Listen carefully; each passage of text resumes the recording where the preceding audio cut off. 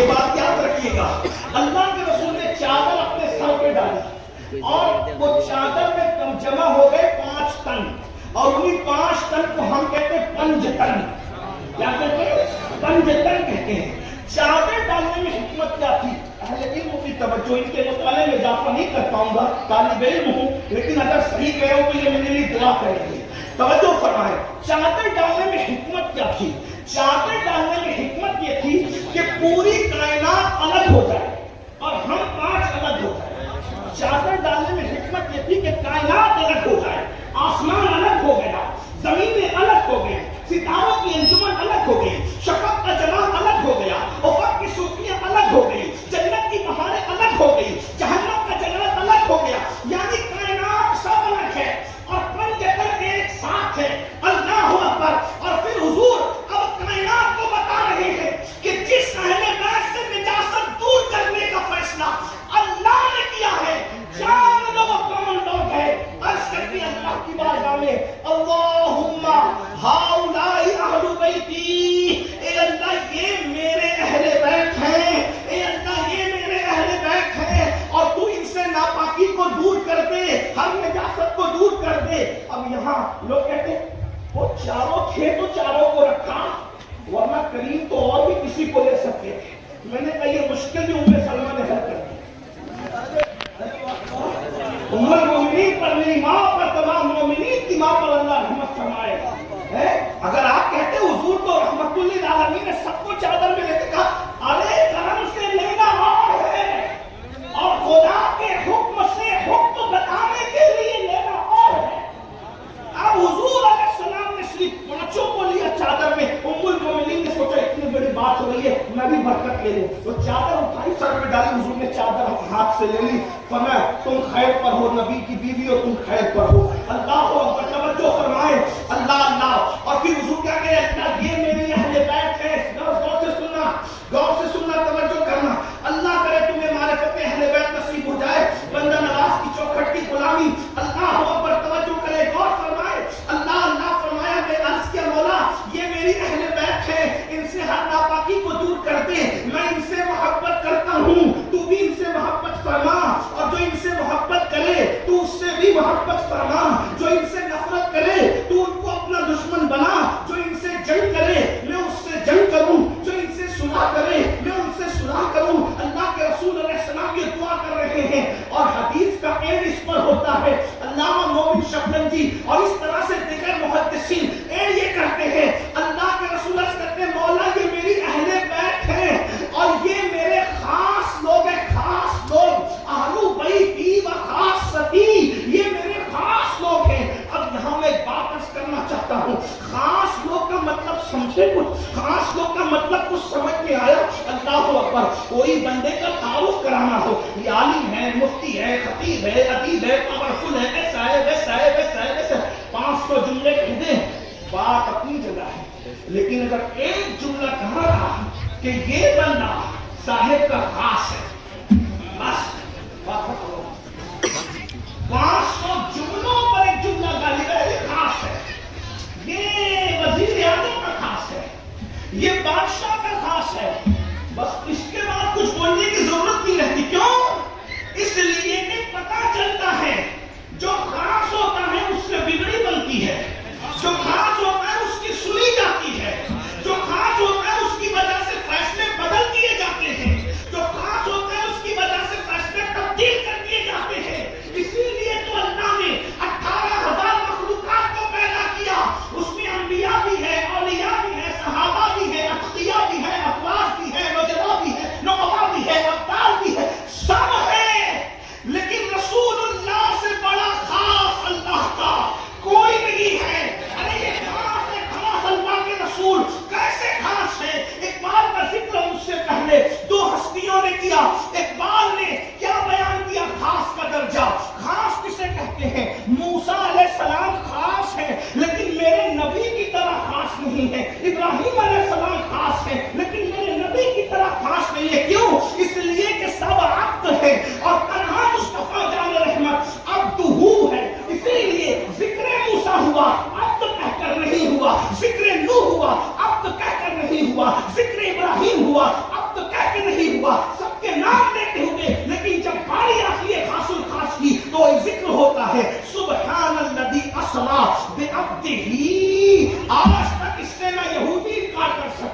عیسائی انکار کر سکا، نہ دنیا میں شیعہ سنی کو انکار کر سکا کہ ابدی سے مراد کون ہے، اس لیے کہ ان کی ابدیت خاصہ اتنی مشہور ہے کہ ہر مسئلے میں اختلاف کرنے والا بھی ابدیت مصطفیٰ پر اختلاف نہیں کرتا، اتنے خاص ہے وہ. لیکن عبدہ یہ صرف مصطفیٰ جان رحمت کی خصوصیت ہے، اس مرتبے پہ کوئی نبی فائز نہیں ہے. اقبال کہتے ہیں عبد دیگر عبدہ چیزیں دیگر، عبد دیگر عبدہ چیزیں دیگر، ای سراپا منتظر او منتظر. عبد الگ ہے، عبدہ الگ ہے. عبد کسے کہتے ہیں؟ جو انتظار کرتا ہے. اور عبدہ کسے کہتے ہیں؟ جس کا انتظار کیا جاتا ہے. عبد کسے کہتے ہیں؟ توجہ، عبد کسے کہتے ہیں؟ نماز میں غلطی ہو جائے لوٹانا پڑے گا. اگر سفر کی جلدی کی وجہ سے غلطی نہیں، اس لیے کہ نبی کے قریب سے غلطی گزر کر نہیں جاتی، بلکہ نبی کی اونٹنی پہ بیٹھ جاتے ہیں اس سے بھی خطا نہیں ہوتی. اگر مجموع پڑھے لکھوں کے ساتھ عاشقوں کا ہے تو کہہ دوں، کوئی اونٹنی کی نقل نہیں چھوڑتا. نبی نے ہجرت کے دن اونٹنی کی نقل چھوڑ دی. یہ معمول من اللہ ہے، یہ ہر جگہ نہیں بیٹھے گی، یہ وہیں بیٹھے گی جہاں اس کو بیٹھنا ہے. ارے چارہ دیکھ کے انسان پھسل جاتا ہے، جانور کی کیا بات ہے. لیکن وہ انسان اور ہے اور وہ جانور اور ہے. جس جانور پر نبی بیٹھ جائے، توجہ، جس جانور پر نبی بیٹھ جائے اس اونٹنی سے خطا نہیں ہوتی. اس اونٹنی کو پھسلانے کے لیے کوئی کر سکتا تھا، چارہ رکھ دیتا، آپ بیٹھ جاؤ میرے گھر نبی مہمان ہے. لیکن چارے دیکھ کر بھی اونٹنی پھسلی نہیں. کیوں؟ چارہ دیکھ کر اور اونٹنیاں پھسلتی ہے. جس پہ نبی بیٹھ جائے اب وہ اونٹنی پھسل نہیں سکتی. ایک جملے کا اضافہ کر دوں آگے چل کے، توجہ کریں. جس پر نبی سوار ہو جائے جب وہ اونٹنی کے قدم نہیں پھسلتے تو جن کو نبی اپنے اوپر سوار کر لے ان کے قدم کیسے؟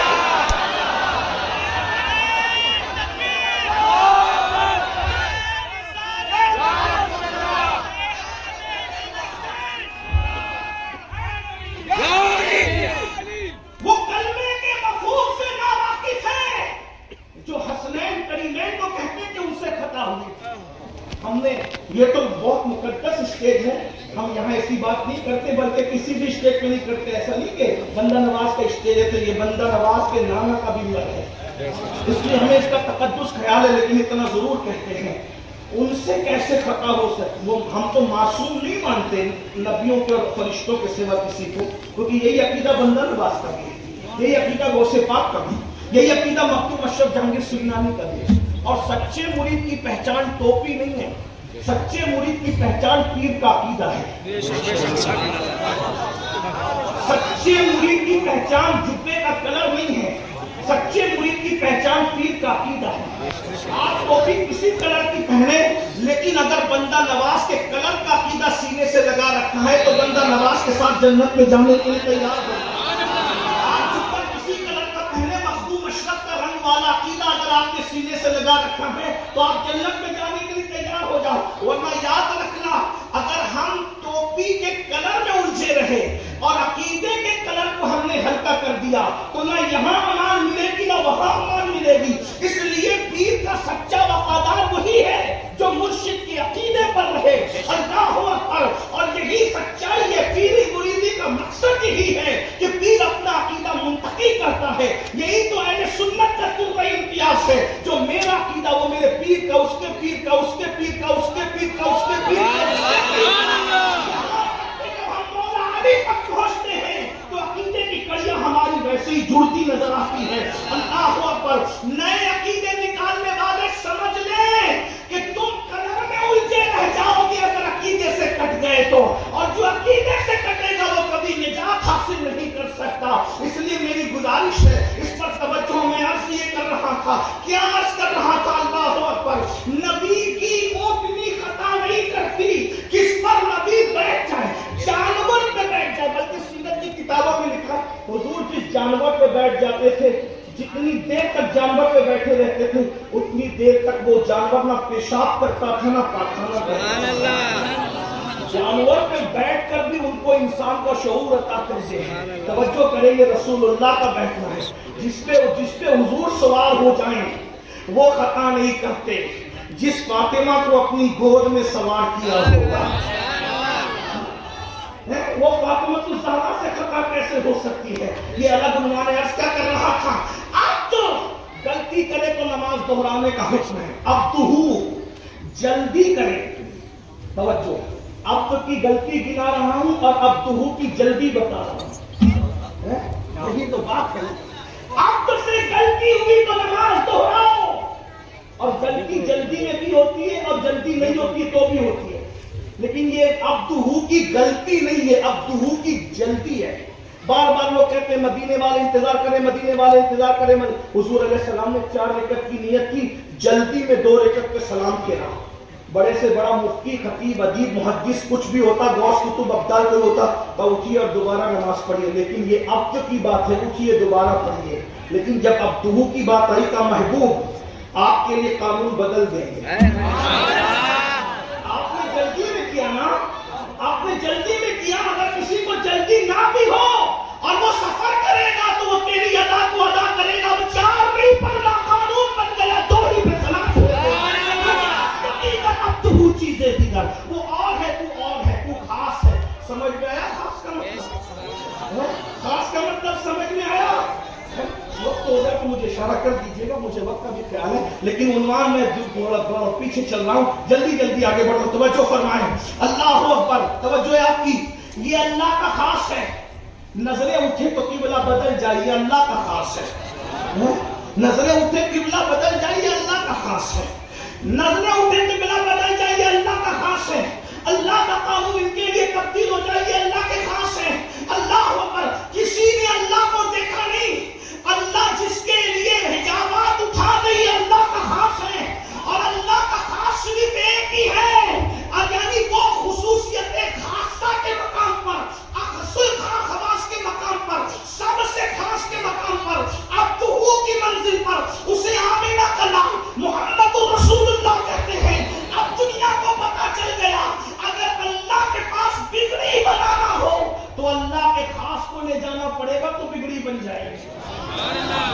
یہ میں نہیں کہہ رہا ہوں، تفسیر در منصور میں علامہ جلال الدین سیوطی لکھتے ہیں آدم کو جنت سے اتارا. خلیفہ تھے بھائی، عام آدمی نہیں تھے. معصوم تھے، عام آدمی نہیں تھے. سارے انسانوں کے باپ تھے، کسی کے بیٹے نہیں تھے. ہر باپ کسی کا بیٹا ہوتا ہے. یہ ایک ایسا باپ ہے جو کسی کا بیٹا نہیں ہے. ان کو کوئی نہیں کہہ سکتا کہ میں تیرا بھی باپ ہوں، ورنہ ہر باپ کہتا میں تیرا باپ ہوں. غرور کرنے کے لیے تو نہیں کافی میں تیرا باپ ہوں، یہی ہے نا. لیکن آدم وہ ہے، کوئی کہنے والا نہیں کہ میں تیرا باپ ہوں. آدم جو سب کے باپ ہے، بلکہ ابوت کے بھی باپ ہے. بس اتنی بات. جو سمجھ کے جو نہیں سمجھے اللہ کرے نہ سمجھے، کیونکہ معاملہ بڑا مشکل ہے. یہ ابوت کے بھی باپ ہے، یہ ابوت کے بھی باپ ہے. آدم علیہ السلام اترے 200 سال تک یا اللہ یا اللہ یا اللہ کہتے رہے. اللہ نے جواب نہیں دیا. 200 سال تک اللہ نے در منصور امام سیوطی لکھا ہے 200 سال تک جواب نہیں دیا. لیکن جیسی کہ اللہ وہ جو تیرا خاص ہے، جس کا نام محمد ہے، اس کا واسطہ مجھے باعث کرتے تو کیسے جانا کہ وہ میرا خاص ہے. عرش کے پائے پر تیرے نام کے ساتھ اس کا نام، جنت کی حوروں کی پتلیوں پہ تیرے نام کے ساتھ اس کا نام، جنت کی حوروں کی پیشانی پر تیرے نام کے ساتھ اس کا نام. پتا چلا یار کا نام اپنے نام کے ساتھ لکھنا یہ رسم نئی نہیں ہے.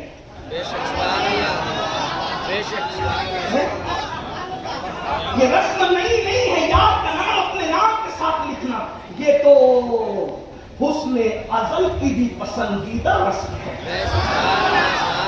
حسن ازل کی بھی پسندیدہ رسم. آدم نے یہ راز کھول دیا. جنت کے دروازوں پر تیرے نام کے ساتھ اس کا نام، حوروں کی پیشانی پہ تیرے نام کے ساتھ اس کا نام، حوروں کی پتلیوں پر تیرے نام کے ساتھ اس کا نام، عرش کے پائے پہ تیرے نام کے ساتھ اس کا نام، جنت کے پتوں پہ تیرے نام کے ساتھ اس کا نام. سمجھ گیا جس کا نام اپنے نام کے ساتھ لکھا وہ تیرا خاص ہے. اللہ نے کہا اپنے لیے کیوں مانگا، اتنے خاص کا نام لیا تھا تو اپنی ساری اولاد کے لیے مانگ لیتا میں سبھی کو بخشوں دے. اللہ کا اس طرح خاص ایک ہے جو عبدہ ہے. اب اس خاص تک بھی پہنچنے کے لیے کوئی خاص چاہیے.